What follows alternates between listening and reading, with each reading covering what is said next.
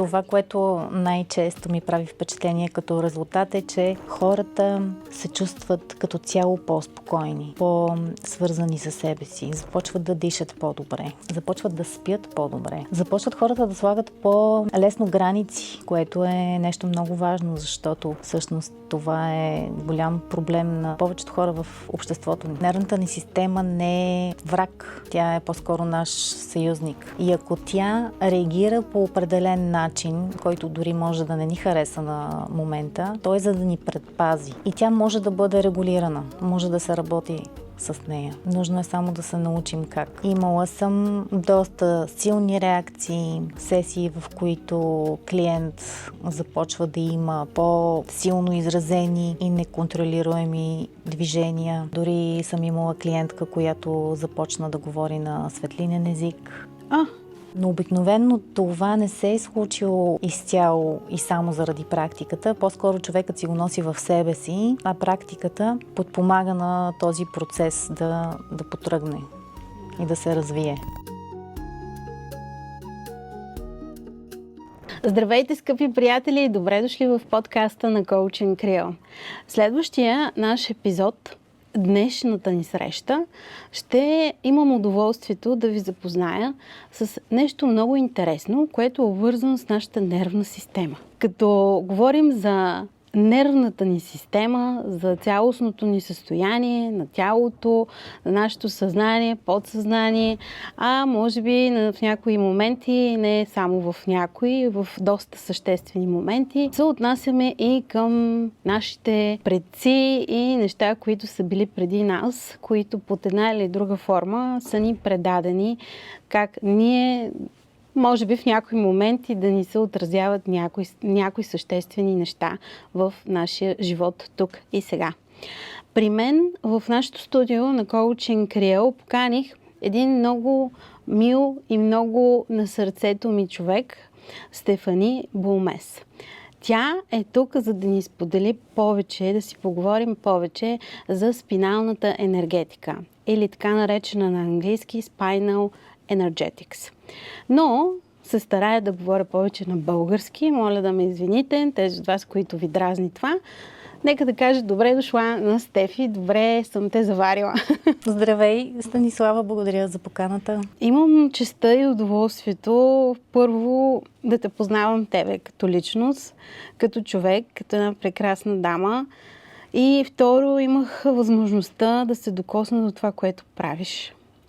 И това нещо е много... Не мога да го опиша с думи. Много хора, с които се срещам в моето ежедневие, споделям моя опит и те ми казват: добре бе, Стаси, обясни ми го, какво се случва, как се случва. Това е като онова, нали, се започват някакви невероятни сравнения. И затова прецених, че същественият човек, който може да дойде, да поговорим повече за това в един наш приятелски разговор. Хората да знаят, да се научат, защото те са търсещи, хората в Coaching Creole, а именно спиналната енергетика. Стефи, какво е спиналната енергетика? Спинална енергетика е австралийска практика. Тя е соматична енергийна практика, която работи с нервната система и с енергийното тяло. Съчетава в себе си елементи от 11 различни практики, сред които са така добре познатите на публиката рейки, прана, кундалини, акупунктура, инър денс, мануална терапия. Много са елементите, които влизат в самия метод. Той е дълбок метод, изключително комплексен и целта е да свърже ума с тялото, да освободи тялото от стари блокажи, да ни накара да се чувстваме повече тук и сега, да бъдем свързани с себе си, с тялото си, да вървим по собствения си път и да изпълняваме нашата мисия. Спомням си съществената задачка, с която дойдох при теб, а именно моите така цветущи паник атаки, които така доста дълго време си ги обгрижвам с различни практики, с различни неща. С теб се познавам от едно известно време и си бяхме обещали, че ще дойда при теб скоро, нали, да поговорим и да видя всъщност на практика как се случват нещата с паникатаките. Аз да ти кажа, толкова вече си ги приех като нещо много естествено в моя начин, в моето ежедневие, в моя начин изобщо на живот, но си спомням от последната наша среща, понеже направихме няколко поредни, ти ми каза, че има точка в тялото, където се работи с нашите предци, с рода. Какво се усеща там, ти като фасилитатор, като терапевт, като човек, който работи с човешкото тяло, защото има едни елементи, в които издаваш звук и през устата, има много финни докосвания и общо взето тялото се движи в ритъма на това, което ти подаваш с различните елементи на ръцете. Едно е на теория човек да го чуе, съвсем различно е, когато го види дори отстрани на някой друг какво се прави. Какво всъщност се случва с човешкото тяло? С тези елементи, които са, така да ги нарека точкованията. Не знам дали е правилно изказването ми. Спинална енергетика е соматична практика. Какво означава това на практика? Човек започва да движи тялото си. Защо? Защото се активира парасимпатиковата нервна система. Всъщност целта ни е да намалим симпатиковата нервна система и да активираме парасимпатиковата нервна система, която е отговорна за почивка, възстановяване и демобилизиране на тялото. Симпатиковата нервна система е отговорна за бий се, бягай или замръзни. Всъщност състоянието на замръзване е онова, в което се причиняват най-големите травми в тялото, в организма. Ако погледнем светът на животните, когато един хищник следва своята плячка, много често плячката блокира от самия стрес, от гоненето, бягането за живота. Тялото замръзва, блокира и пада на земята. Да. Видимо за окото нищо не се случва. Но реално, онова, което се случва вътре в тялото на животното, е като едно торнадо. Защото енергията, тя се блокира някъде в тялото. И ако тя не се освободи, започва да се случват различни проблеми. Сега, животните какво правят? Ако успеят да се измъкнат, първото нещо, което правят е започват да тресат телата си. Да треперят. В продължение на поне 3-4 минути. Да. Ние хората, за съжаление, това не го правим. Животните го правят несъзнателно. Да. Докато ние само трупаме. Реално работя с различни техники, които са леки докосвания по гръбначния стълб, както ти спомена. Те са по така нареченият блуждаещ нерв или вагус нерв. Okay. Това е централният, най-големият нерв, който е в централната нервна система. И започва от мозъчния ствол, стига до дебелото черво и е отговорен за сенсорната информация в организма. Тоест, нашия гръбнак, той не е просто структура от прешлени, а той носи информацията за всичко това, което сме преживяли. Звуците също, които издавам, правя ги с уста. Често ме питат дали ползвам някакви инструменти, но не ползвам инструменти. Слушаме музика, която е много приятна и всичко това заедно започва да активира нервната система. Като целта ни е да постигнем хомеостаза, състоянието, в което организмът е в баланс. Как се променя усещането за себе си, когато нервната система е в постоянен стрес? Тялото започва да се успокоява, да се отпуска. Дишането става по-бавно, по-дълбоко и умът също започва да се успокоява. Как разпознаваме, че тялото ни започва да се чувства в безопасност? Често това се случва именно чрез тези движения, които практиката предизвиква. Обикновено хората, които се движат по време на сеанс, защото не всички се движат.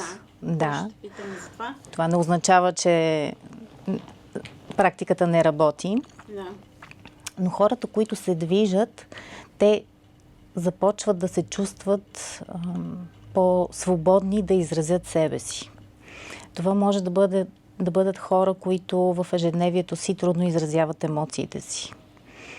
Например, емоции като страх или гняв. И когато са с терапевт на масата, се чувстват много по-спокойни да изразят реално себе си чрез движението на тялото. Защото всяко конкретно движение отговаря за различна травма, която човек е преживял. Това е нещо много интересно, което аз започнах да хващам вече в последствие на самата практика. Не е нещо, което съм учила. Но както нашите изражения на нашето лице говорят за това каква емоция имаме, така и движението на самото тяло отговаря за много конкретни преживяни неща, което е наистина фантастично, защото човек може да не е споделил, но аз виждам какво излиза по време на сеанса. Добре, можеш ли да ми дадеш някакъв пример? Пример при определено движение на тялото, какво човек може да е преживял? Сещаш ли се в момента нещо, за което можеш да споделиш? Не говорим за имена, а говорим просто като преживяване. Сещам се, за съжаление, една от травмите, които най-често излиза, това е изнасилване. Да, най-често излиза при жените. И това е една много деликатна тема. Както знаеш, не всяка жена се чувства дори готова да я сподели. Да. Понякога човек дори забравя несъзнателно, мозъкът изтласква случилото се, за да се справи с болката. Да. Но е факт, че излиза и какво се случва с тялото? Какво ти наблюдаваш като фасилитатор? Тялото започва да реагира в сакралния център, да се движи по определен начин нагоре, настрани. Те са много специфични движения. Да. И ти ги разпознаваш? И аз го разпознавам, да. Вау. Има ли много такива случаи? Най-много такива случаи. Дори се е случвало моя клиентка да се разплаче, след като й казах какво съм видяла, че излиза, защото всъщност е нещо, което не е споделила на никого. И това беше наистина много силен момент и за двете ни. С една такава практика, не дай си Боже човек да преживява някоя жена нещо подобно, може практикувайки това нещо, бидейки в един такъв процес, да може да облегчи стреса и напрежението, което е преживяла. Освен, че се облегчава стресът и напрежението, могат да бъдат облегчени чисто физически симптоми, които се случват в тялото. Тоест, спинална енергетика работи на много нива, защото когато човек легне на масата, аз извършвам диагностика с тялото и така виждам в кои енергийни центрове трябва да се работи. След което започвам да проверявам енергийни слоеве във всеки енергиен център, в който работя. И спрямо тези енергийни слоеве, където осъществя връзката, започвам да работя, да зареждам, да пренасочвам енергията на човека. Енергийните слоеве са физически, емоционален, ментален, духовен, който е свързан с колективното, с другите хора. Лична душа, това сме ние и нашата карма, и енергийния слой на нашите предци, който ти спомена по-рано. Това е какво носим на ДНК ниво 11 поколения назад. Може да носим чувства и емоции, които реално не са наши. Този енергиен слой специално се проверява в така с техники от второ ниво на практиката. Не се прави в самото начало, защото се работи в голяма дълбочина и е нужно малко време да се подготви енергийното тяло, преди да се навлезе толкова дълбоко. Там вече стигаме до изменено ниво на съзнанието. Процесът може да бъде много силен. В този момент дори движението отсъства. Не е толкова усещане чрез самото движение, сякаш съзнанието отлита някъде другаде. Сякаш сме в друго измерение. Процесите са много дълбоки. Със сигурност, може би някои въпроси ще пропусна, без да искам.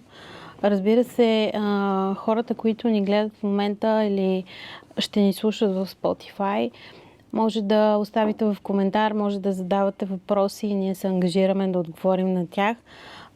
Стига за вас тази тема да бъде интересна и любопитна.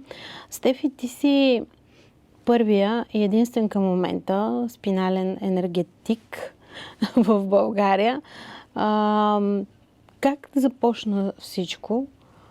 Откъде тръгна този твой интерес?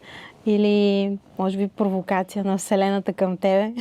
Винаги съм имала интерес към холистичните практики, като цяло към духовното, към езотеричното, но имах много предразсъдици и страхове.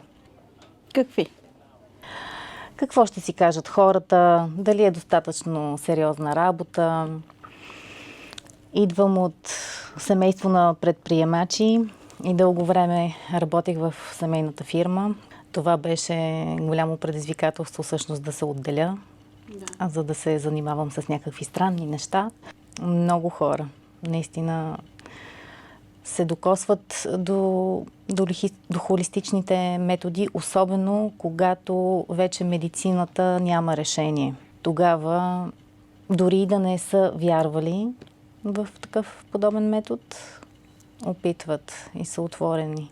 Истината е, че имах едно много голямо травматично събитие в моя живот, което се случи, което не се чувствам изцяло готова да споделя в детайли, но бях наистина на косъм да загубя живота си. Имах, може би, около 4 часа, в които знаех, че всичко може да приключи за тези 4-5 часа. Когато настъпи такъв момент, нещо, което не пожелавам на никого, човек много бързо си дава отговори на въпросите, които е имал. Въпроси, които понякога с години не е могъл да отговори. Най-честият такъв въпрос е: каква е моята мисия? В онзи момент става въпрос за голяма кръвозагуба в продължение на часове. Не бях наясно дали ще получа медицинска помощ на време. И тогава сякаш всичко просто в миг беше ясно. И го видях. Знаех много добре, че искам да работя с хора, че искам да помагам. Казах си, че би било доста нелепо, ако всичко приключи сега по този начин. И че моят път дори не е започнал. И искрено се помолих да остана. Не толкова за себе си, не ме беше страх за мен, по-скоро за близките ми, как биха продължили те. Исках да остана за другите и да помагам. Не знаех как, но знаех, че това е посоката. И след това започнах да се записвам на различни обучения. Сертифицирах се в рейки, прана, тес, фъншуи и накрая стигнах до спинална енергетика. В момента, в който видях практиката, намерих я в Инстаграм. Видях я, не знаех какво е това и как се случва, но бях абсолютно пленена и знаех, че аз ще се науча на този метод и че това ще бъде основният метод, с който ще работя. Всъщност ти самото обучение го преминаваш в Англия, в Лондон, доколкото си спомням, и се случва на живо, нали така? Да, обучението беше на живо в Лондон. Дълго време следях на сайта, докато най-накрая видях, че за първи път екипът от Австралия дойде в Лондон да обучава, тъй като Англия е доста по-достъпна като локация и по-ефтино. И веднага се записах и заминах. Всъщност не знам дали осъзнаваш, но аз ще ти го кажа и ще бъда много директна. Не е нищо, което да е страшно, а по-скоро аз съм много директен човек и много, много пряма. Нямаш си на идея колко много ти отива това, което правиш. Ама изобщо аз съм сигурна, че ти дори не можеш да си представиш. Дали не го казвам, за да те изстрелвам сега в момента горе в небесата и да си кажат хората, ето тя много си повярва. Сигурно си забелязвала и хората сигурно са виждали. Има на хора, които просто им отива да правят определени неща. И това си ти един от тези хора, дето, когато те срещнах за първи път в комбинация с дейността на Надето и си казвам, Боже, каква компилация се получи тук. Обаче не защото някой тества нещо, а защото беше completed, буквално. Беше завършен процес, много красив. И когато каза да намеря своята мисия, нали, да усетя, да си кажа, това ли е нещото, което до тук ли беше живота, нали? Аз всъщност нищо не съм направила и аз тепърва започвам. Има една японска мъдрост, която се нарича, тя е позитивна психотерапия, икигай. И се превежда да намериш своето призвание. To find your purpose in your life. Не говоря много за него, но искрено се надявам в следващата новата година да бъдеш част от това случване на Икигай. И го казвам, като отправям тази покана пред всички хора, които ще стигнат до това видео. Аз знам, че ще се включиш. Не го казвам с някакво условие, но със сигурност това, което правиш в спиналната енергетика, е много интересна изобщо компилация само по себе си, като завършек на един много дълбинен процес, така ще го нарека. В този ред на мисли, като си говорим така, има ли по-такива специфични моменти или случаи в живота, на които човек преминава през нещо?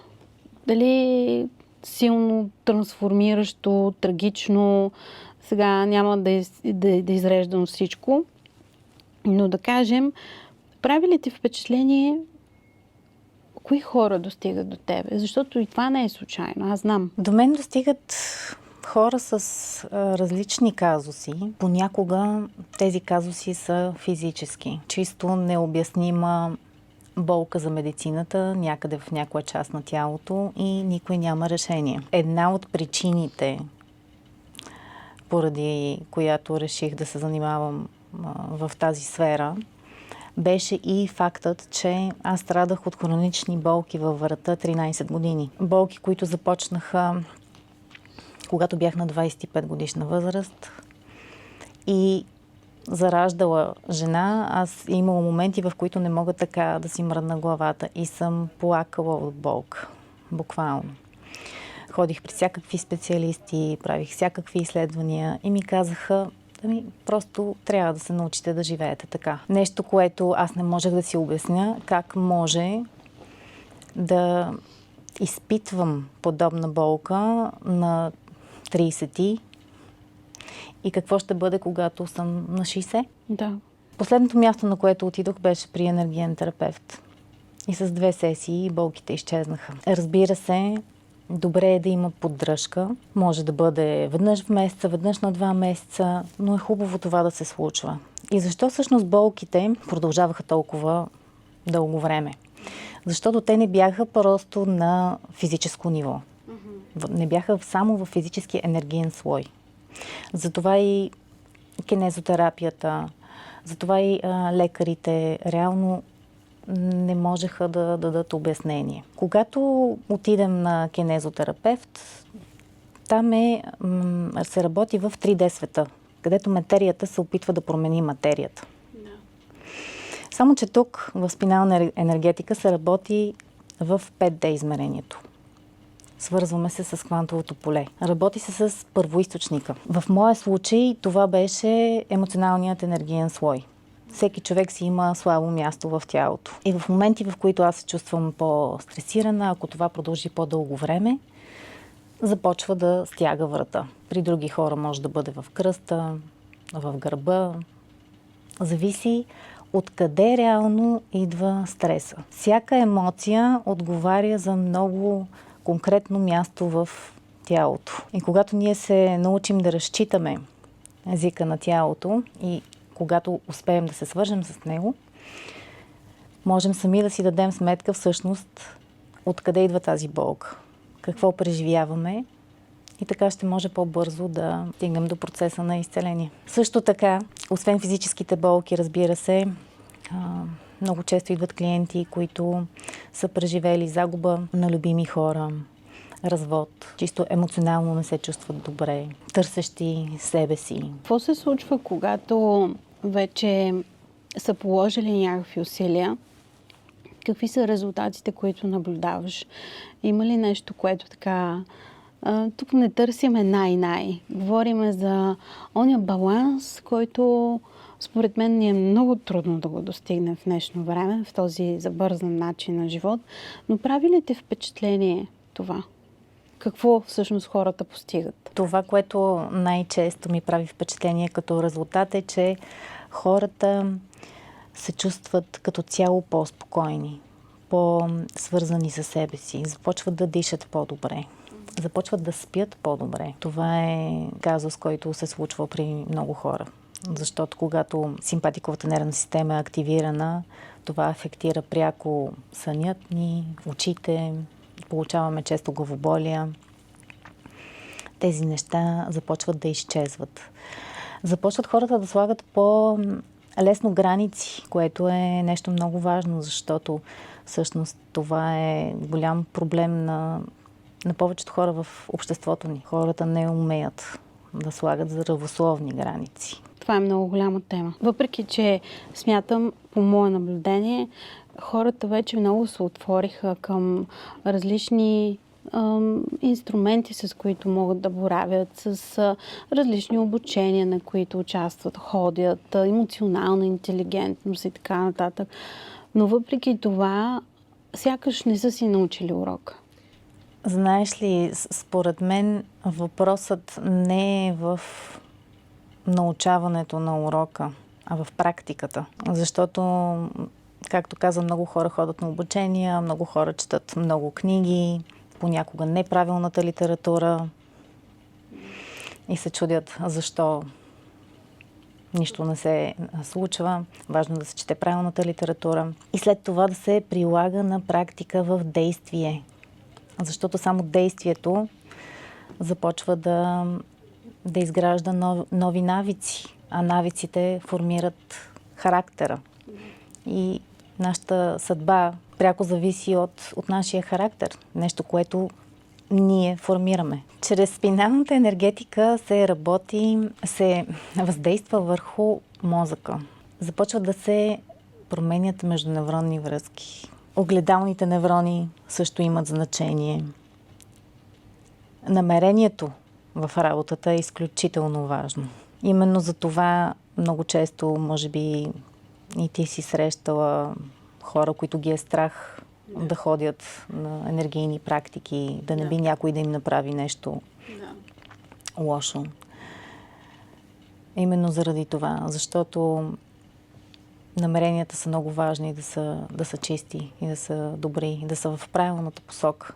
Тоест хората, които избираме като наши терапевти или фасилитатори, нашите водачи в този процес, първо, според мен, е много важно ние самите да усетим от срещната страна доверието, дали го има, дали си кликваме взаимно. Това вече може би за един така по-напреднал стадий и етап от човека, доколко той е работил върху себе си и се е развил. И следващия момент е нещо много съществено, според мен, е точно доверието в отсрещната страна. Втори ред на мисли, когато един човек не ти се довери, какво се случва с практиката? С това. Примерно, аз съм дошла на терапия, обаче доверието в днешно време е най-скъпия ресурс, според мен. Какво се случва с Тефи тогава? С този процес? Така. Първо бих казала, че рядко идват хора, да не кажа почти никога при мен, хора, които нямат доверие като цяло към процеса. Защото за да опиташ нещо такова, трябва да бъдеш отворен към този процес. Дори да не вярваш на 100%. Да. Хората, които не вярват и опитват, може да го правят просто за да се заядат, защото нямат друга работа. Чувала съм и за такива случаи. Но това е рядкост. Ако между клиентът и между мен не се осъществи онази връзка, онова кликване, да. Предполагам, че имаш предвид за това доверие, което се случва на момента. Точно така, да. Да. Тогава работата отново се върши. Практиката продължава да работи, но разбира се, помага, когато работата идва от двете страни, когато и човекът има доверие. Защото липсата на доверие малко или много така слага една бариера. Тоест това може само да забави процеса, но не и да се противопостави изцяло. Защото е факт, че енергийните терапии работят. Да. Той е като Wi-Fi сигнал. Може да не го виждаме, може да не може да го пипнем, да. Но знаем, че съществува и го ползваме. Какво е едно нещо, което би искала всеки човек да знае за собствената си нервна система? Защото когато тя е леко разклатена, много неща също започват да по една или друга форма да се разклащат. Дали на физическо, дали на емоционално ниво. Основното нещо, което бих казала на хората е, че нервната ни система не е враг. Тя е по-скоро наш съюзник. И ако тя реагира по определен начин, който дори може да не ни хареса на момента, то е за да ни предпази. И тя може да бъде регулирана, може да се работи с нея. Нужно е само да се научим как. Много често обсъждам с различни хора в процеса ми на работа, как те самите се чувстват, през какво преминават, било то дори в подготовката на една кампания, ако щеш. То се настава една паника, едно голямо преживяване, в негативен аспект говоря. Когато започваме подготовка за неща, които, примерно, човек не е запознат с нещо, не знае точно какво му предстои, стресът е много голям и така нататък.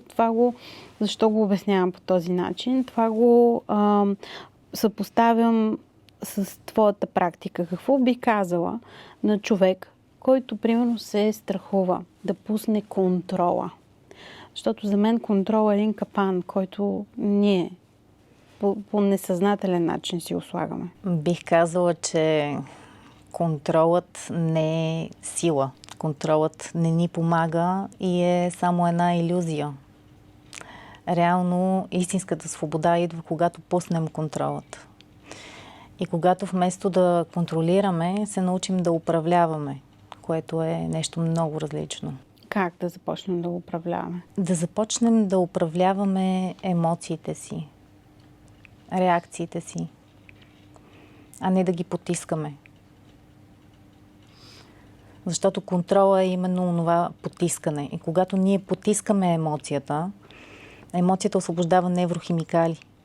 И тези неврохимикали остават заключени в нашето тяло, в клетките, в мускулите. И след време винаги започва някъде нещо да ни боли. Болката започва да става хронична, може да се превърне в болест, емоционално, психически да не се чувстваме добре. Това се случва от неотработването на нашите емоции. Реално. Не знам дали си спомняш нашата първа среща. Аз изпаднах буквално в в състояние, в което няма да пресилвам да кажа транс, но беше много силно отключването. Тогава с комбинацията с твоята приятелка и цялостният процес беше много силен. Аз не ми се беше случвало такова нещо от много дълго време. Има ли моменти, в които пациенти или клиенти, които идват при теб, по някакъв начин да те притеснат или да те плашат от процеса, през който те преминават? Защото има вече доста осъзнато работещи върху своето енергийно тяло хора, които са наясно с доста такива практики. Да ще ги кажа накратко, работещи хора със себе си. Има ли нещо, което, примерно, би могло или те е притеснило някога? Притеснило не бих казала, по-скоро изненадало. Имала съм доста силни реакции, сесии, в които клиент започва да има по-силно изразени и неконтролируеми движения. Дори съм имала клиентка, която започна да говори на светлинен език. Да. По-скоро е било по-така изненадващо какво се случва. Но обикновено това не се е случило изцяло и само заради практиката. По-скоро човекът си го носи в себе си, а практиката подпомага на този процес да потръгне и да се развие. Ако на някой от вас, скъпи слушатели, или тези, които гледат видеото, им резонира или усещат вътрешен зов да научат повече за спиналната енергетика, разбира се, че може да погледнете в описанието на видеото на нашия подкаст. Ще ви споделя повече информация за това какво прави Стефани и цялостната дейност с спинална енергетика. Стефи, искаш ли нещо да отправиш към нашите последователи в Coaching Creole, защото тази среща няма да бъде последна? Ти ще продължиш да присъстваш, да те карим, да говорим на тази тема. Тя едва сега започва. За мен лично това е голямо призвание да си първият човек, който е обучен и да го внесеш, да го внедриш на българите. Няма да го нарека пазар, защото тук говорим за много финни елементи на душата на човека изобщо. И според мен човечеството върви към едни малко по-различни разбирания и измерения изобщо за нашето ежедневие. Какво искаш да им споделиш? Било то да ги приканиш към нещо, което правиш. Това видео ще се гледа в последствие. Вече разбира се, че ще ги известим с нещо, което организираш в бъдеще време, но сега е това момент да ги поканиш за нещо. Спинална енергетика е практика, която съчетава работа и с тялото на физическо ниво и енергийното тяло. Докато повечето методи работят или с тялото, или само с енергийното тяло. Тук имаме много интересна комбинация между двете. Съчетава се и науката, и духовното. И бих казала на всеки, който почувства порив към практиката, да опита, да не се страхува. Няма нищо страшно, всичко е обяснимо от това, което се случва по време на сесията. И човек може само и единствено да се почувства по-добре. Няма как практиката да навреди. Окей. И тук може да добавим също, че и онлайн може също да се провежда. Точно така. Това е нещо по-необяснимо за повечето хора, но реално за енергията няма време и пространство. Да.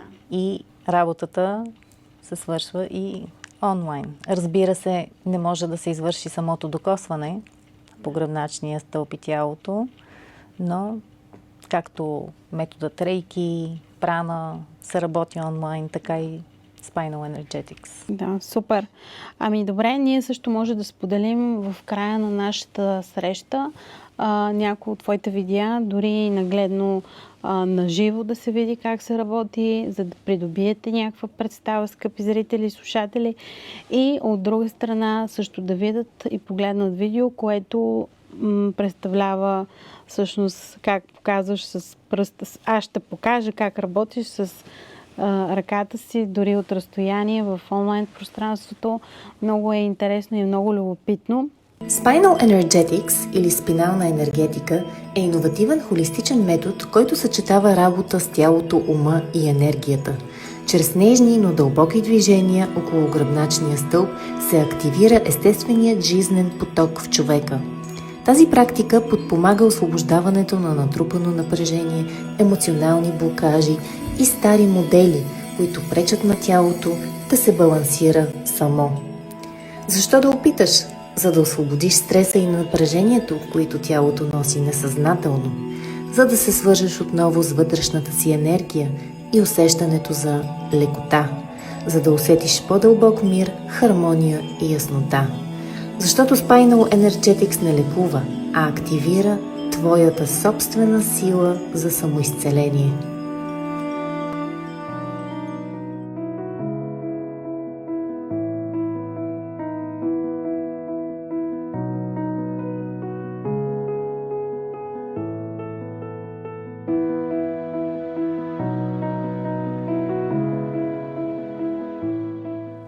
Стефи, благодаря ти. Стефани, много обичам това име.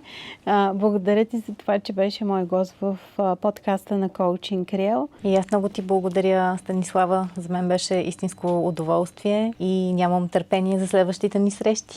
С най-голямо удоволствие, скъпи приятели на Coaching Real, да знаете, че тялото знае по-добре от мозъка. Вярвам, че тези неща, които ви споделяме тук, днес и сега, ще бъдат ползотворни за вас. Не само да знаете, ами в някакъв последващ етап, защо не, и да опитате да пробвате да работите върху себе си. Coaching Real съществува от 2018 година. Всички хора, с които ви срещам, знам, че те под една или друга форма са ви помогнали да достигнете, да развиете себе си, да направите нещо по-различно и може би, защо не, да намерите своето призвание, своята мисия, да живеете щастливо. Както обичат да казват японците, намери своето призвание в живота и се радвай на малките неща. Затова завършваме този епизод и ще продължим с следващия. Очаквам ви с нетърпение. Последвайте ни, коментирайте, споделете с приятели. Ако искате да пробвате, не забравяйте, че отдолу в описанието на това видео ще намерите повече детайли и информация. Пишете на нашия гост или ако ви притеснява нещо, пишете на мен директно. До нови срещи, до следващия епизод.